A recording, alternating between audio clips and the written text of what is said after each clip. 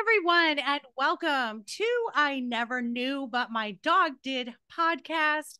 I am Maureen Scanlon, or Life Coach Maureen, as you all know me. I am so happy to have everyone here today. It is a Friday, a fabulous Friday, and when it releases, it'll be a wonderful Wednesday. But what better way to end my week but with my next two guests? I am so excited. When they reached out, I just was like, yeah, you're my people.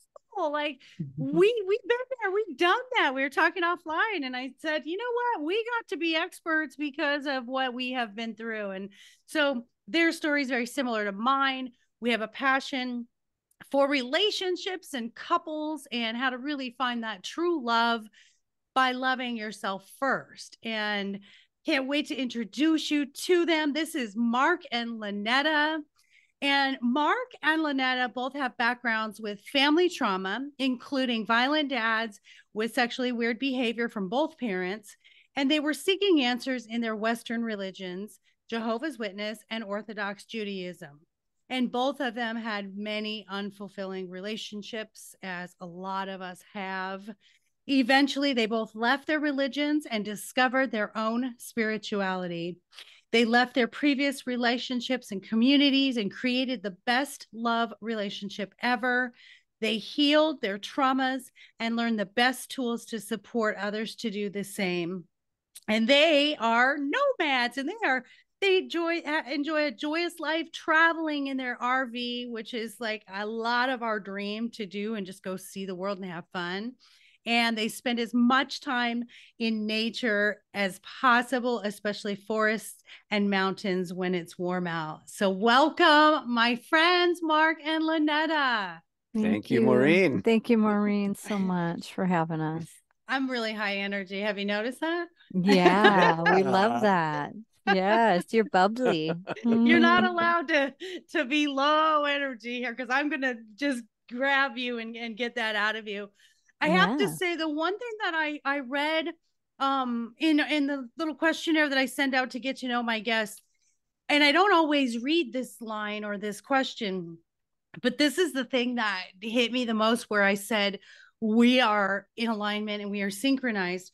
I ask, what is the one thing you never knew that you know now and can help others experiencing the same struggle?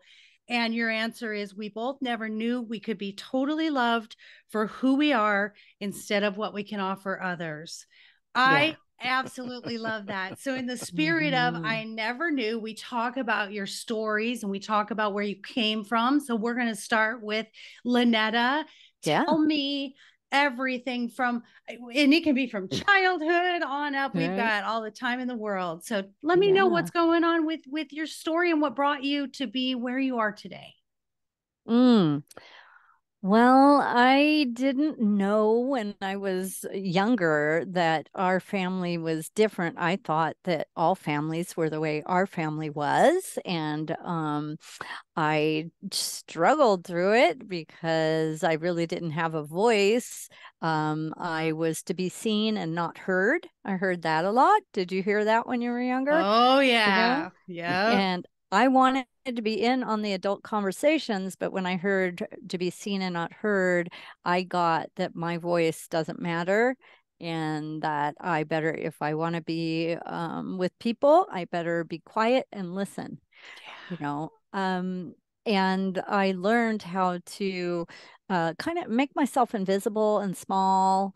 And I wanted to be around the adults, so that was the only way I could do that. And then around my dad could have a hot temper, and that could go off at any time. So I was very good at watching what they call emotional intelligence. Where I can read the face, and I can spot it a mile away if somebody's starting to get angry. And I could spot it when he was starting to get angry. So I would make myself aware of where the bathroom was. If I were somewhere else, or if we were at a restaurant, I'd know where the bathroom was, and then I would run to the bathroom to hide. And those were, it was very terrifying to have the person that I looked up to. And he also played with me. So there were times when it was really fun. So it was really hard to love him and look up to him and also be terrified of him at the same time. Yeah, I mean, just those mixed signals, and always sort of being on guard, like, it kind of it molds us when we're adults. It's like, okay, things are really good, but I'm waiting for that shoe to drop, and that's when we tend to, as adults, be catastrophizers. Right. Can't even say that word, but that's what happens is like, Mhm. I'm having a really good time, but I know it's not going to last. And I know a lot of people Right. that I coach are like, well, I can't enjoy things because I know bad things are going to come. And that's pretty Right. prevalent from what Mhm. you went through. You and I were Mhm. different, where in my family, they wanted me to be seen and not heard, but my rebellion was to be heard. And Oh. so I would be the one that was like showy and acted out. And in school, I got straight A's, but the teachers always said she talks too much. So my rebellion was like, see me, like pay attention to me, like give me love. And like Mhm. I think when you're an old soul too, I think you are intuitive and perceptive to how to work people in your life, your relatives. Yeah. And when you said, I thought everybody was like my family, well, you don't know any different when you're a kid. That's just your No. norm. How are you supposed to Right. know any different? Right. Right. So Right. I love your story. So as you grew into an adult or a Mhm. teenager, tell me about how this affected relationships for you. Right. So as I grew older, I was attracted, what I call, attraction, because when people say there's chemistry or attraction, I've really looked into that because I was attracted to only guys that were really dysfunctional, like alcoholics, addicts, guys that go to prison, and I'm like, wow, it was one after the other.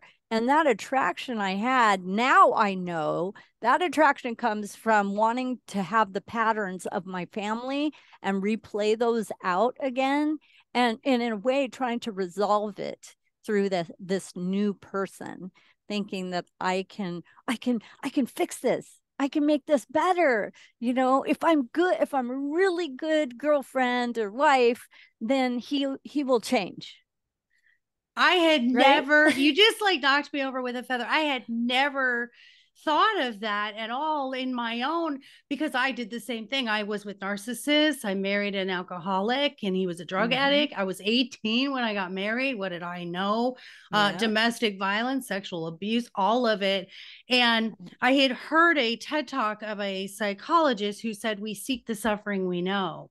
And Yes. that made sense what you just said. You're Yes. like, but I hadn't thought of what you just said, which is I can fix my childhood through these Yes. people. And I'd always thought, well, I was just a fixer and I got my validity through fixing and making people better. That's where my value was, not in who I was, but what I could do for you, What you how could I can do. fix you and make you need me.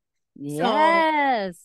Yes, right? that was key too. I would find out what is the thing they really need, and I'd make sure I was that.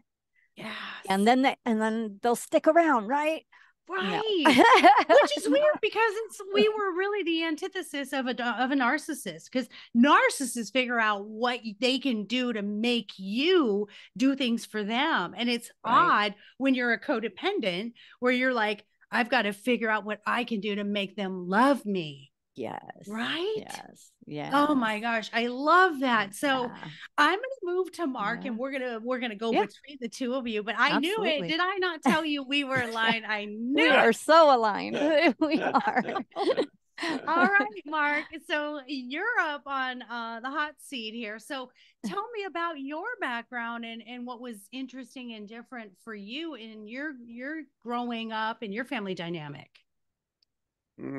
So, like Lynetta, my dad could turn violent.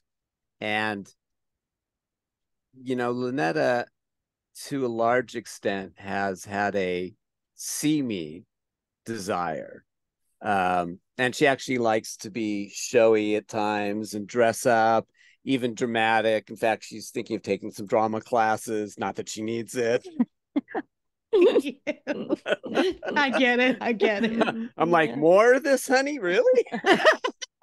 You're like, you could be teaching the class. I don't know why you're taking the class. Yeah. Exactly. Now, for me, on the other hand, I learned that being seen or noticed was a bad idea. So I wanted to be as inconspicuous as possible. And in fact, it even, like, I remember eventually I got into like folk dancing when I went to college. And I remember when I first started dancing, it was like I would move the bottom of my body. I would do whatever the steps were, but literally the top of my body was rigid because I had this like, don't be noticed, like don't move your hands or anything because you don't want to be seen because nothing good will come from it. Mhm. So I kind of picked up don't be seen and also don't speak up. In fact, most of my life I've dealt with TMJ because I actually at one point remember saying to myself right before a fight happened at our kitchen table, like, keep your mouth shut. Don't, even though your mom's asking you what's going on, don't answer because you know something bad's going to happen. You're going to get the worst of it, which is what happens. Wow. So I I've mean, lifelong had that. Yeah. like literally clenching your jaw shut, like forcing your jaw shut, because if I Yep. speak out, I know this is detrimental to me. And so you learned not to speak your truth, that speaking my truth and being honest is not good for me. No, no. And in fact, not only did I have TMJ, but unfortunately, the clenching ground away most of my molars. So, like in my mouth, I've literally got one lower molar left Wow. because they cracked from all the tension. Now, this is even though on the consciousness level, I've done a lot of work. I don't have any more conscious anger at either of my parents. And I just do have gratitude on many levels, including the spiritual level, and understand why this was all created. But there's still like body stuff. Both of us are still getting out. That's still causing problems, if you will. Yeah. Yeah. I mean, it's in at a deep level, it's in those cells. And, there's like a lot of that ancestral cycle that, I had heard something. I think I had spoken with one of my guests who said something so profound. And she said, did you ever think, Maureen, that you're doing the work that your ancestors couldn't? And if you think we're in this time space reality where we're allowed to be who we are and speak our minds, and I can do a podcast and talk to people and be completely open, but think about going back in time. Our grandparents couldn't do that, our great grandparents, and especially women, throughout history, you weren't allowed to be dramatic like me and Lynetta. You weren't allowed to be showy. You'd get labeled, or, even in medieval times, you'd have to put like a mask on if you were a talker. And so that's so fascinating to me how it manifests. And we know that it always does, emotionally, mentally, always physically manifests. In the body. Yes, I love that. So how did you leave the religious ideas and beliefs that I'm sure were imparted on you by your families and guilted onto you to go get this bigger understanding spiritually to finally be free of these traumas? Well, we had a little difference. Lynetta's family, when she was relatively young, joined Jehovah's Witness. So she was kind of brought up in it. Whereas for me, my family was nominally Jewish. Like I hardly knew it really until my bar mitzvah. And then all of a sudden things changed a little. And it actually wasn't really until college when I decided to pursue it because I was getting more interested in spiritual matters. And I figured I would start with my own Judaism first. So I did like 8 years of studying, got actually ordained as a rabbi, but still hadn't gotten most of the answers I was seeking. So I ended up living as a religious Jew for about 30 years in different communities. But I was still kind of doing spiritual searching on the side, if you will. And for a while, I kind of made everything kind of work. Like, okay, my Jewish stuff, yeah, this works. And I can interleave some of the spiritual things I've been studying. And that worked for a while. And then at a certain point, I met a certain belief where it was like, oh, these two won't go together. If I hold this, I can't hold this anymore. And that's when I started to release myself from living life as a religious Jew, even though there's some stuff I still, hold dear in my heart. The whole, especially the whole Western idea of God, that both of us have discarded. Yeah. Oh, wow. I love that you say that, and I think it's always sort of this evolution when I meet people who are spiritual and they've released sort of the traditional beliefs of faith. And I was raised, my father was atheist, my mother was Catholic. There was no religion in our house. Like we didn't even know. And I, like you, have that gratitude that they never imparted any of that on me. And so I was kind of free to make this choice. My grandparents were Lutheran and I adored them. And they were like the ones that showed me love and unconditional love.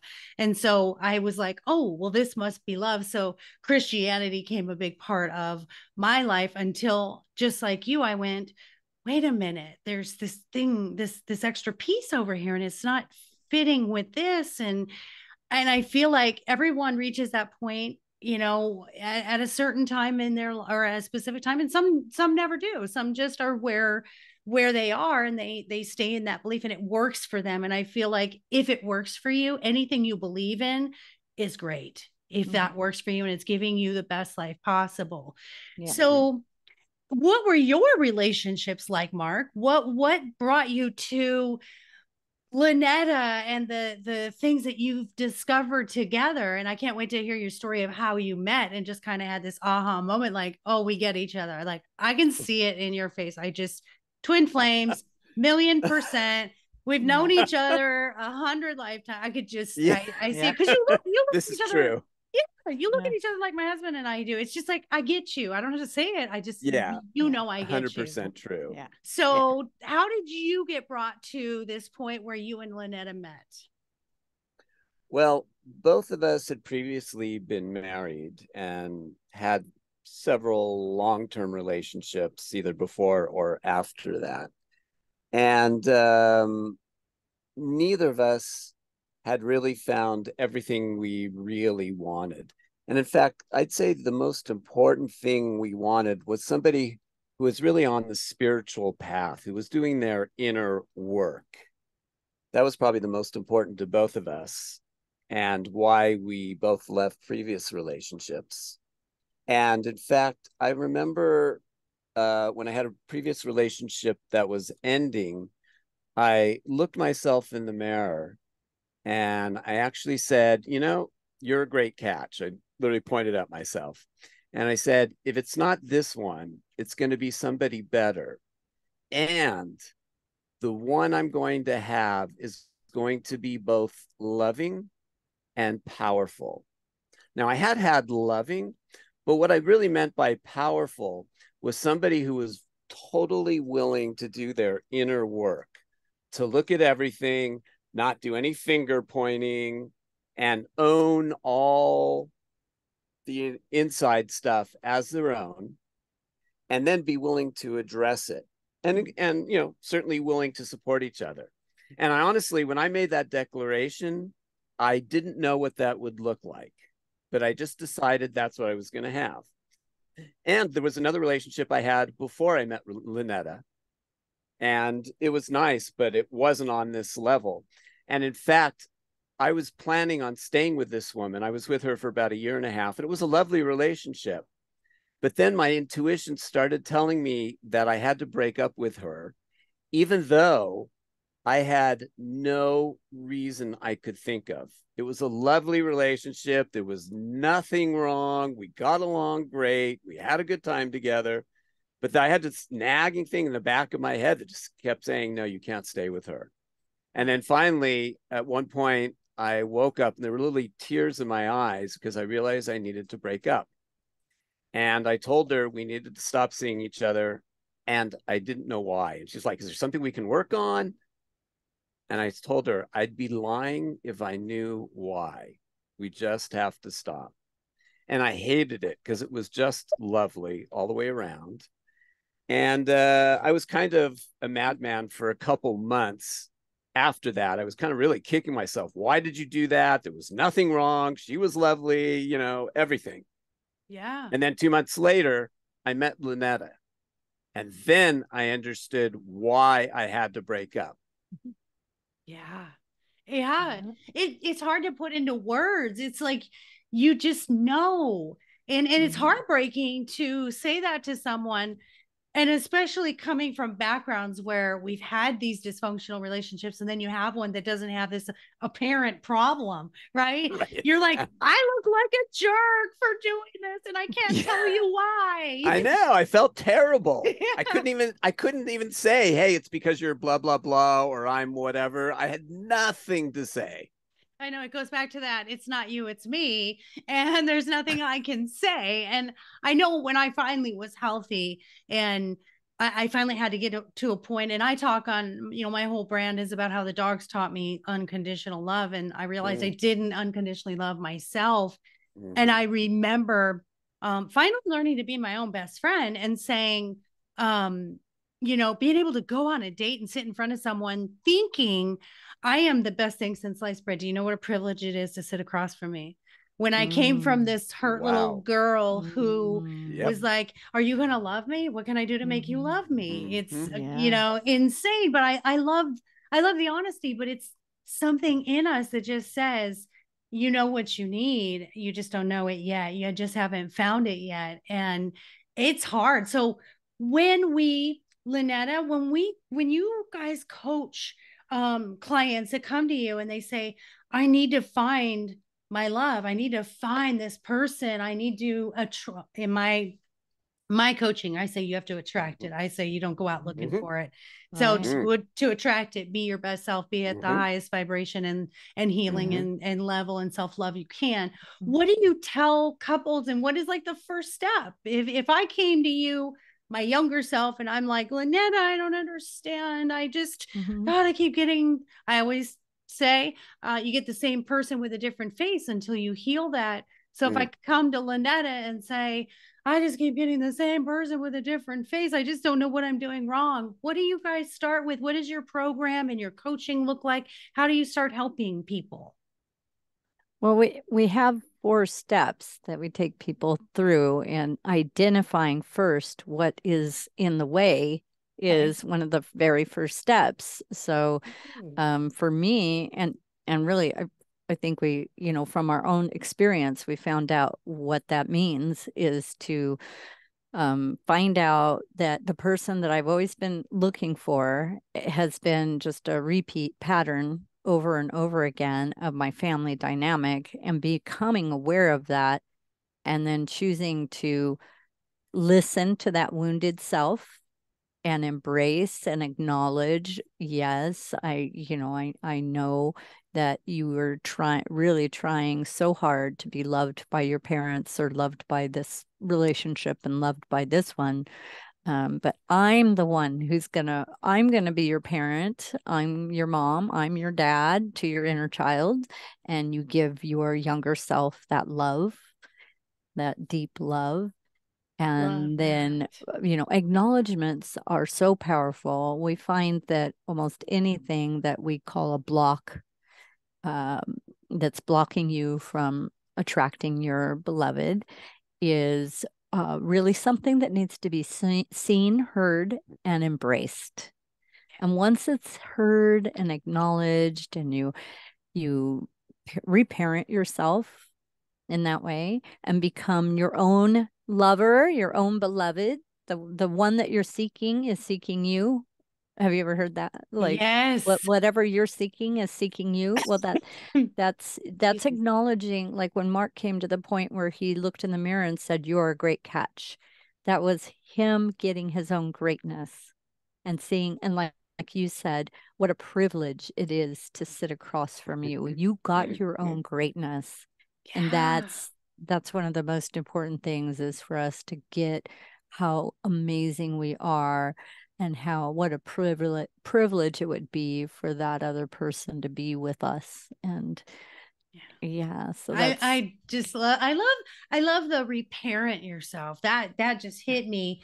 And like you said, what's in the way? What are the blockages of these repeated patterns? I think you're right. It's because it's like anything, you have to face whatever it is, whether it's a fear, it's anxiety, it's trauma, it's hurt, it's pain. It doesn't just disintegrate and go away and float away. It goes somewhere, whether it shows itself in our health issues or, emotional, financial, this even financial. Yes, your relationship with money, that hanging on to that for security because you didn't have that security, Yeah. you know, in a relationship or as a child. I think that's beautiful, and I think that's key, is acknowledging that, like you said, and embracing it, because that's a hard Yeah. thing to do. Like, most people hang on to this Yep. this anger, and you and I, you both can probably relate to this. A lot of my clients make it their identity. Yeah. If I let go of this anger, this is what has fueled me all these years. This is what has made me so strong and independent. I remember I had that attitude, like, I'm a strong single woman and I'm a single mom. I can do this on my own. It was you're a survivor. Yes. Yeah. It's great to be mad. It was great to be mad, because being mad was easier than being sad and being disappointed in myself. So do you find that that's something really common, that the anger is one of the biggest blockages that stands in the way? Well, anger is actually, if there's an emotional scale that if you can Google this, and anger is much higher up than, like, say, apathy. Apathy would be at the very lowest scale. And anger is saying, what is the anger really saying? If you listen underneath, it's saying, this shouldn't be like this. I should not have been treated like this. And there's an anger about that. And once you listen to what the anger is saying, and you say, of course, honey, of course you felt like this should not have happened, because you know deep inside that you're precious and that it's a privilege to be with you. Yeah. Once you acknowledge the anger turns then into, oh, I'm being seen, I'm being heard, I'm being embraced. And then the anger dissolves. So the anger is an indicator that there's a story to tell that hasn't been heard, and it's time to listen. I really love that. And there's like this freeing, and most of us hopefully will experience, you know, these moments of releasing and letting go of those past hurts and traumas. But there's like this moment I remember, like with my parents, I remember wanting their validation for my successes. And, you know, all these years I was criticized for my choices, my decisions, my failed marriages, and, you know, all those things. And I wanted it. And I would look for this validation.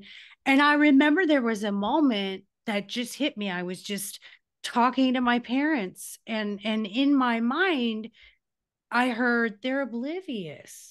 And that was the most freeing moment for me to let go of anger. It was like, it's not that they're trying to hurt you. They're unaware of you even having pain or needing these things. So if they're unaware of your needs, it's your job to fulfill those needs. You don't need that validation anymore. That's freeing, right? Yes. I'm very visual, so I will, like, cut myself out of the scene and put a rock there and see it playing out, and they're doing it to the rock. Yeah. It's just like, oh, it's not personal to me.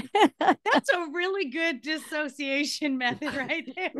You know, I always tell people, you know, especially reactionary people, I always say, okay, if this were your best friend having this conversation, you know, I want you to rise above and I want you to look at this conversation. Would you still react the same way? And I love taking it out and putting the rock there. And it's so true. 99% of what people are doing has nothing to do with us. Nothing to do with us.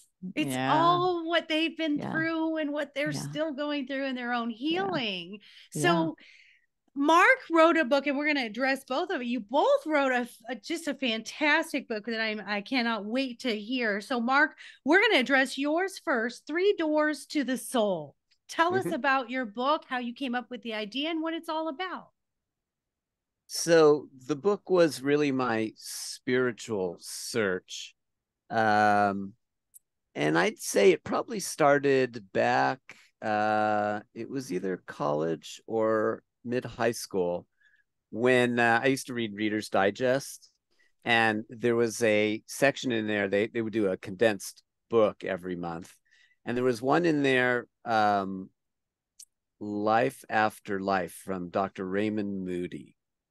And Raymond Moody was a surgeon, and he found a lot of people after surgery would say, hey, this weird thing happened when I almost died on the table or whatever. And they would share things that they remembered that were otherworldly, if you will.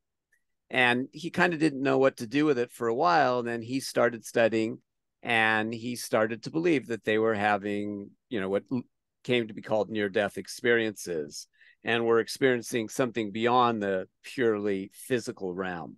And that just clicked with me. It's like I was kind of lit up from then on in my life.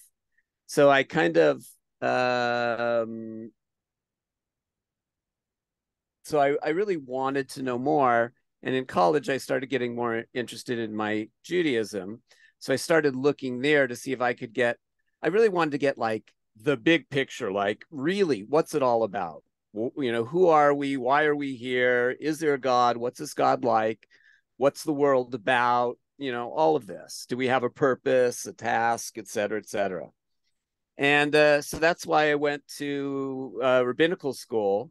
And I got like bits and pieces of useful things. Like there were some Hasidic stories that would kind of give you some glimpses or certain teachings, but mostly all I had were little bits and pieces. And so afterwards, that's why I didn't decide to become a rabbi, because I wasn't fully enrolled in everything I had learned. But I lived a religious life for about 30 years. And I just kept, my ears open. Sometimes people would recommend things. Eventually, I came to Many Lives, Many Masters about near-death experiences. And I really dove into that because I felt like that was giving a glimpse of the other side, like more to life. And then the biggest thing I read was 2 books from Dr. Michael Newton, Journey of Souls and Destiny of Souls, where he would use hypnosis, just like in Many Lives, Many Masters. And under hypnosis, people could remember not just past lives, what's known now as past life regressions, which I did do a bunch eventually, but what he called in-between life, that a person would remember not only when they died in a previous lifetime, but going to the soul realm, if you want to call it that, and everything they would experience there until they would reincarnate into the current life. And they could remember all this.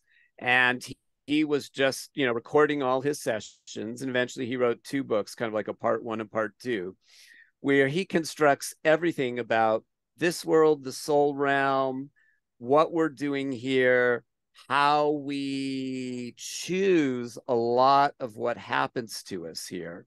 It's not all happenstance. It's not all pre-planned. There's some combination. How we have soul friends, not just soul mates, but a soul group that we often reincarnate with. And he just created this whole picture that really just blew my mind wide open. Like, wow, everything really made sense for the first time ever. And I was able to go back and process my family and all the challenges I had, particularly with my dad, through this, we now call it the soul view. And this is one of the things we'll do in coaching. If somebody's spiritually aligned with this, is we'll deal with the physical issues, the emotional issues, the consciousness issues. But if somebody's open, we'll eventually bring in the soul view and have them process difficult, let's say, childhoods, whatever happened, through that view. And that almost always brings peace and understanding. Wow. So that book is kind of about that journey. And in particular, in the middle of the book, one of the biggest games, if you will, that we human beings play are being the victim, or being the villain, or being the hero who gets involved. It's kind of the human triangle, you will.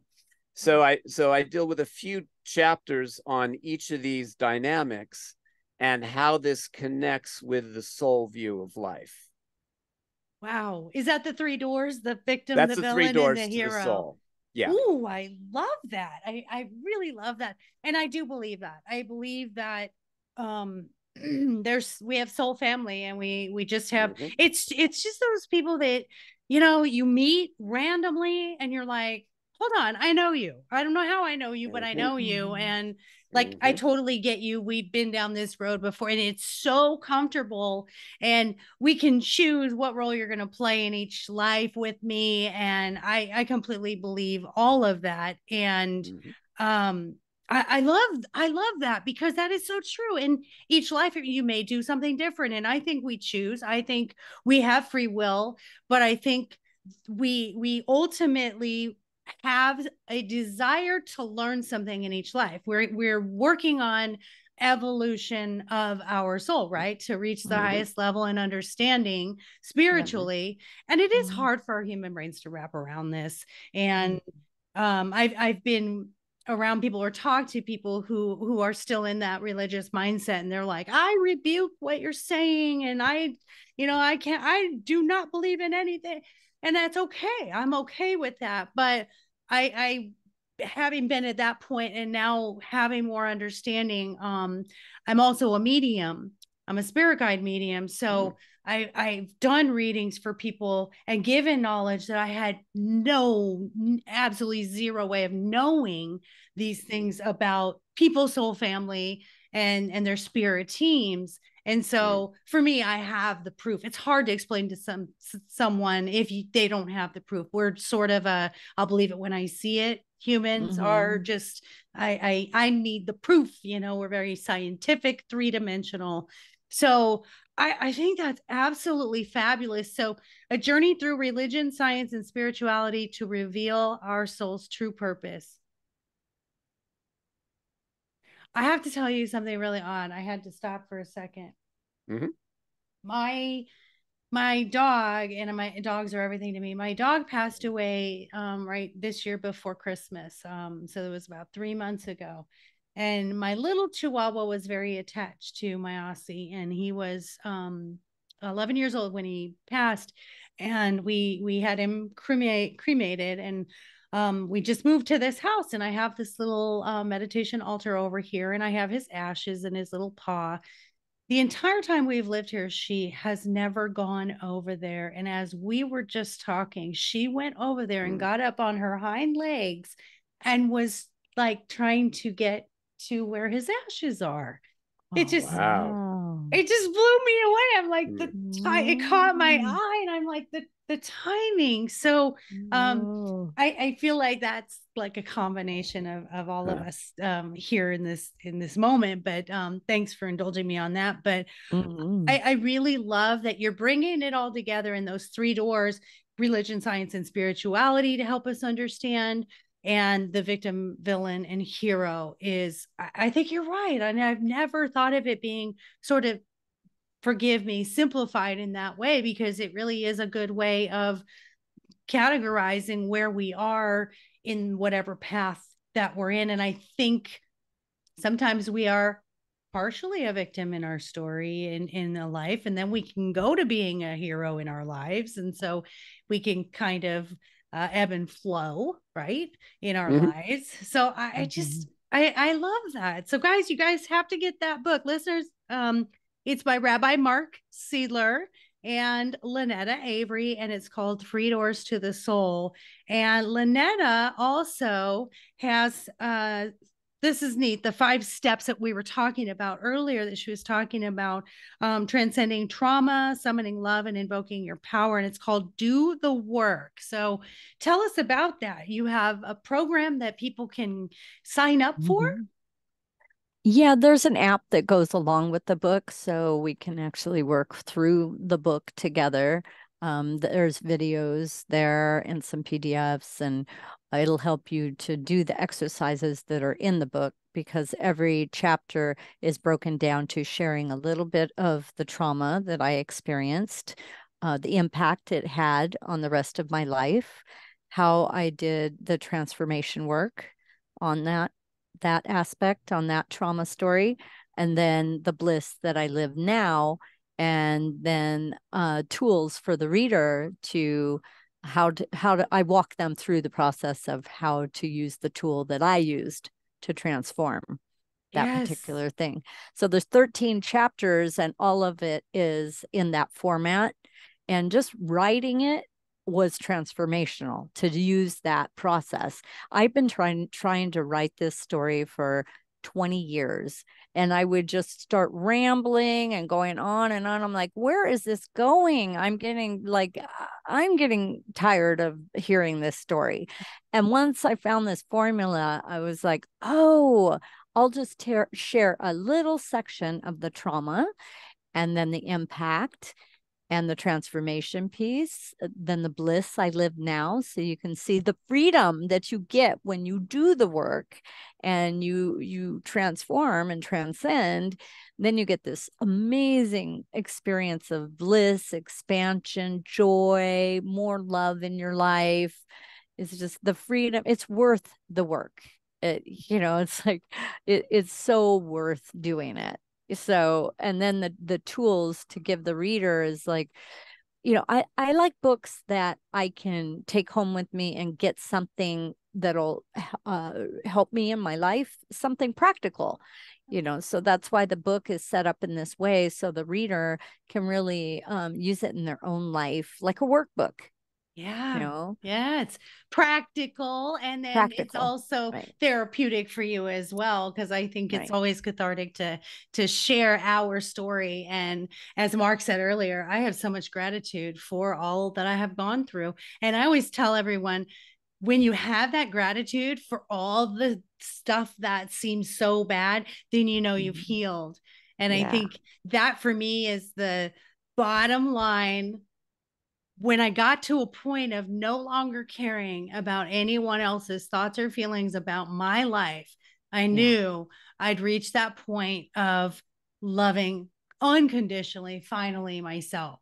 And what would you say is the one key point that would help people? And I'm going to ask you both. Mark, I'm going to ask you, what is, just a quick summary of what is the one most important thing, if it was your elevator pitch for how to find the best relationship, what would that be? Awareness. I would say awareness. When you talked about zooming out and become aware of, what your patterns are, and become aware of that you need to love yourself first. Because one of our little messages is, when you find yourself, then your beloved will find you. Yes, that's it. That's it. And what I've learned about real love is that you don't lose who you are in that love. That's the key thing. If any of my many people say that, they're like, but I lose myself in relationship. Yeah, or they're purposely avoiding it because they think they're going to have to sacrifice themselves or compromise who they are. And we don't use any of that. We're not for any sacrifice or compromise. Not at all. No. Both of us, we're very similar in a lot of ways, and then we're different in some significant ways. And we totally love both aspects. We love doing all the things we do together, and we also love the individual things that we don't do together. Like dance. Mark loves social dance, and I love yoga. And so we found there's a dance studio 10 minutes from my yoga studio. So I'll go to yoga, he'll go to dance. And then I said, we agreed that when he learned the dance steps, he'll bring them home and he'll teach me, because I need slower paced teaching. Whereas than they do in most studios. It's too fast for me. And then I get frustrated and I get even panicky that I can't get the steps right. So it's not a fun experience for me. He loves it. So now he'll come home and show me how to do those dance steps. Yes, it's embracing the differences. And the key word is embracing it and not being resentful. And every relationship I had been in that was dysfunctional was I couldn't be who I wanted to be, do the things I wanted to be. It was always whatever makes you happy. I was living life to make someone else emotionally happy and content. And that's when people say I lose myself, it's because they start living their lives, shifting their own individualism to fit into their world. Yes, Yeah. because of the fear of losing whatever it is that love gives them. But that love doesn't give you something if it's a void, if it leaves. You know, that's the whole thing. You should be whole together and separately. Yeah. And if that's a real, to me, a true love is embracing all the sameness and the differences and seeing how you can both have your desires met and nobody has to compromise. Nobody has to give up their dream. Yeah. I'll give you one example. I saw this once on a dating profile. It was really good. It was a woman speaking, and she said the man that she was looking for, they would be able to say to each other, she would say, "You keep me safe and I keep you wild." Did you read my profile? Did you? Was that yours? Was that yours? I didn't think we'd actually meet. But when I saw that, I was like, "Oh yeah," because I'm Mr. Safety, and I'm Wild. Miss Wild, and which really upsets me because we could have totally gone on a double date because my husband's an engineer, so he's the safety guy and I'm the wild girl. So man, we would have had a great double date. So you need to get over to Austin and we need to do this double date. Oh, definitely. Well, we can still do that. We can plan We'll that. actually be in Texas next April for the eclipse, so maybe we'll meet up then. Yes. Love it. Well, this has just been so much fun, and I want to definitely stay in contact with you because I think that we could definitely do stuff together and help each other out. And I just I love it. I love like-minded people. I love when people are as passionate about it as me, because you know, when you've been there, done that, all you want to do is help people to avoid that. It's like, don't do this thing that I did, and this is how you can avoid that. I love it. I love it. So their website and where to get their books, let us know where we can find you, where our listeners can get a hold of your books, and where they can come to you for some spiritual couple coaching. So the Soulmate Coaches is our website. Nice. Got it. Soulmatecoaches.com. Perfect. I will have that on our I'll have that on your list. Way for somebody to decide, you know, can we help each other, is to book a discovery call right at the top of the page. We'll give them a free 20 minutes, talk about what's going on in their life and where they'd like to go, and is there any way that we can support them. And even in that 20 minutes, we can help them have a breakthrough. It can be done. It can be done in that quick of time. Ooh, look at that. I love it. I love it. But I get it because I do those same thing. I do these discoveries. You can figure out a lot about people in such a short time, because really, when you got to get to the point, they'll list off the things that are wrong, and then you can really help them. And then their paperback is available, and then there's also a mobile app, guys. I'm going to have all of that information for both those books, the mobile app and their website, online on the episode. And I just want to say thank you guys so much. Now, but since we always talk about heavy stuff on I Never Knew, I always like to end it with a fun little segment that I do called Take My Money. But I think I'm going to change it up a little bit, since you guys are nomad travelers. I would like to know the weirdest thing you've seen on your travels. The weirdest? Yes, the weirdest, oddest, craziest. Weird. I would have to say that was the previous solar eclipse. Oh, wow. We went up to Madras, Oregon. This was like 6 years ago. And we went there to be right in the path of totality of the eclipse.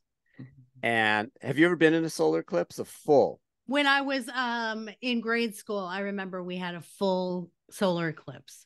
So this was so otherworldly. We were up on a hilltop, and it was like somebody took a dimmer switch and just started lowering the lighting. And it was actually in the high desert. and it got cold like really quick. Like we had to get blankets. Like it must have dropped 10 like degrees. 10, 20 degrees. Yeah. And it was like everything got dim, but you still couldn't look at the sun. We had the special sunglasses on. But the moment the sun was fully covered, we took it off, and you looked up in the sky and you were like, is this our planet? It was like a different planet. It was so otherworldly to look at the sun. And everybody, the reaction from all the crowds was like, everybody was going, oh. Right. I remember, I think I was in 4th grade and we had to make these special little boxes where you look in it, but then you couldn't look at the sun. Yeah. And I remember my little 9-year-old brain sort of like feeling like it was weird. And like you said, it was like being on a different planet. I pictured like what it would be like on Mars or Jupiter, my little 9-year-old brain. But for it to be dark in the middle of the day it was creepy. It was actually creepy. Yeah. And you know what really impressed me? The moment totality ended and there was this much of the sun that peeked out, it was so blinding. You couldn't look. Yeah. I mean, it was like the tiniest sliver, and was like, oh my God, I have to put the sunglasses back on. It really gave you a sense of the energy of the sun, that little fraction was too much to look at. And it was nothing. Wow. Yeah. And then it was like somebody was raising a dimmer switch. All of a sudden, everything around us, it was just like, ooh. Oh, it was like, wow. I mean, because we were looking, you'd see 50 miles in every direction in the desert. And just to see the light go up and down that way, it was like, wow. It's so neat when things are out of the norm, when things happen that are sort of out of the norm, even like the pandemic is. I think it's almost a way of sort of waking us up and saying, don't take life for granted. Don't take anything for granted. Don't even take the sun for granted, in a solar eclipse. It's like, I know. So that's why next April we'll be in South Texas, and it's going to go all the way across the U.S. So anybody who's listening, don't miss it. It is amazing. Just such an otherworldly experience. Yeah, and it won't happen again for another, I don't know, 20, 30 years till the next one. So don't wait. Yeah, it's right. worth it. Enjoy it and get it now. Well, that explains why it was like a long time ago, because I'm only 30. Just kidding. You're just a kid. I'm a nifty. Yeah, we're only 29 each. Yeah.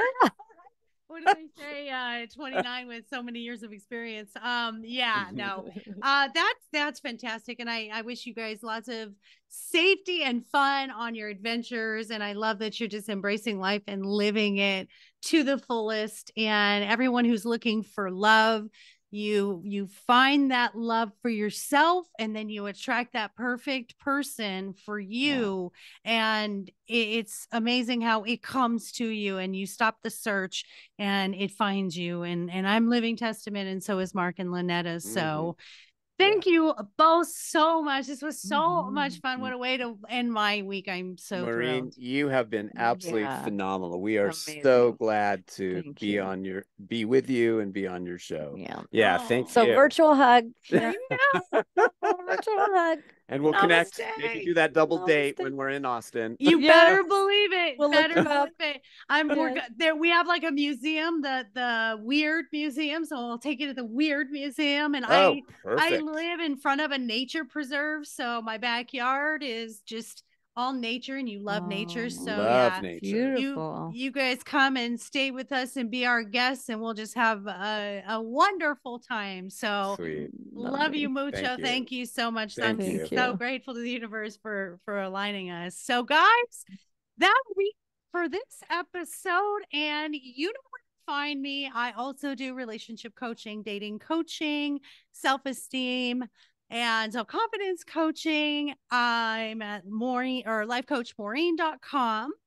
My books are on Amazon. My dog is more enlightened than I am, and my dog is my relationship coach, which has tips and things for relationships as well, and parts of my story. And last and not least, we do have mydoggiseverything.net, which is a boutique that has all your healthy treats for your puppies and little fun safety things and apparel, all that kind of good stuff. We're adding new items every day. So please go check us out.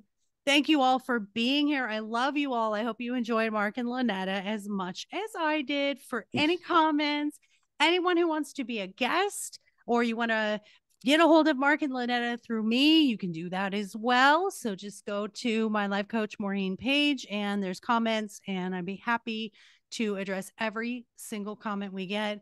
We are at all 5 stars on Apple Podcasts. So let's keep that little energy momentum going. I'm really grateful for that. So I love you all. Please, please take care of each other, take care of yourselves, and most of all, take care of your furry babies. Have an awesome week. Until next episode. Thanks, guys.